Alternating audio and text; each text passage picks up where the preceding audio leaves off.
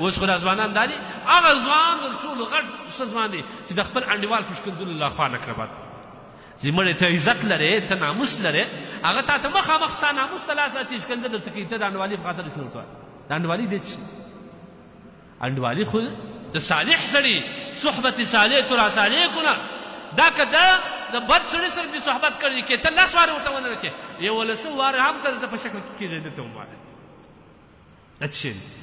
دغه کې باید ډېر خیال وشي هر انډیوال چې چاته ښکنځل وکړي ورته ووایي چې زما څه انډیوالي ده ناموس مې نه دي د باندې خرڅ کړی که دې آینده دا خبره وکړه ستا به زندګي سلام علیکم او که سلام پر دغه شي باندې ځینې پرېښوي دا ته د خدای دپاره سلام په دې باندې ته ګناهګار هم نه دا مسله زده کړه نبي کریم صلی الله علیه وسلم فرمایي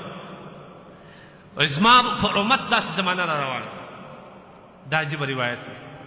زما پر امت داسې زمانه را روان ده چې هلته به د انسانانو چھانبین وسي نیک به یوه خواته سي بد به بلې خواته سي نیکان به ځینې ولاړ سي بد به پاته سي د بدانو دا علامه یي چې د دې کې درواغ او د وعدې مخالفت به داسې خلق سي د الله رسول صلی الله علیه وسلم دا ګوتې د اثر واخیسته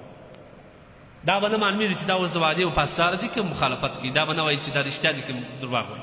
دا نیکان خان به ټول سي نیکان خلک به ټول سي یوازې به بد پاتې سي دا بد کې به دغه دوې علامې ډېرې زیات سي یو د وعدې مخالفت او بل درواغ وایي دا به داسې سره ګډ سي د الله رسول صلی الله علیه وسلم وایي چې دا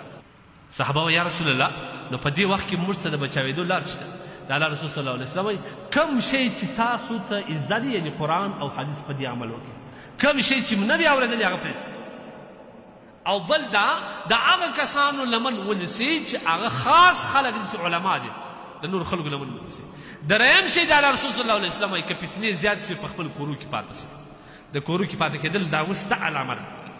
کوشش دا وکړي مجلسو ته مه ځي دا د شپې بانډارونه د سراسر هلاکت دا نن د الله رسول صلی الله علیه وسلم هغه وینا چې 1400 کاله مخکې ویلې نن موږ ته په سره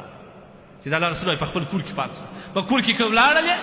د بچیانو سره دې ډوډۍ وخوړل بیده شولې دا ستا خوب د ستړیا خوب دی دا عبادت دی لیکن که ته ولاړې بانډار ته هلته غیبت هم کېږي هلته بهتان هم کېږي هلته داسې حالات سره ورسېږي چې خدای نخواسته علماو ته ښکنځل کېږي یا داسې حالت هم سره ورسېږي ما د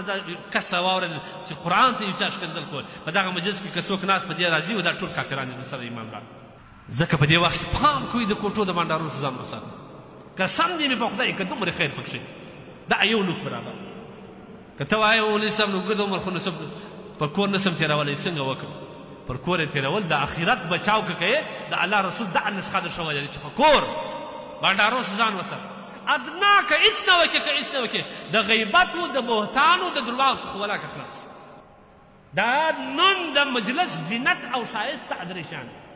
پلانکۍ او که څلرم شی ور زیات کړو څلرم شی دا دی چې کله ځوانان سره یو ځای شي یو محفل جوړ کړي هلته یو غریب خواره-وشمه زړی رامخته کړي پر هغه باندې مسخرې شروع کړي ستا دی پازه ده ستا دی مخ دی ستا دی سترګې دي او پلان انور ها پر وخاندي دا د قرآن مخالفت یې وکړي قرآن وایي ولا یسخر قوم من قوم یو پر بل مسخرې مه کوه دغه پازه چې الله درته ورکړې ده خو هغه دي د دنیا ډاکټران تیار شوه د دنیا انجینران تیار شوه مصنوعي پزې جوړې کړې سترګې جوړې کړې لیکن ته هغوی ته ووایه چې په دغه سترګو کې تا دید واچوئ هغه ته ووایه چې په دغه پزه کې تا قوت د شمامت د پزې کشېده واچوئ ته که د رښتیا نه رې ستا پلار ستا ټول خاندان یې راجمع سي دغه رقم نیمۍ پزه جوړه کړه او د هغه طاقت پکښې ده دا تا ورکړی دی که خدای دا د الله تخلیق دی او دا کوم کس چې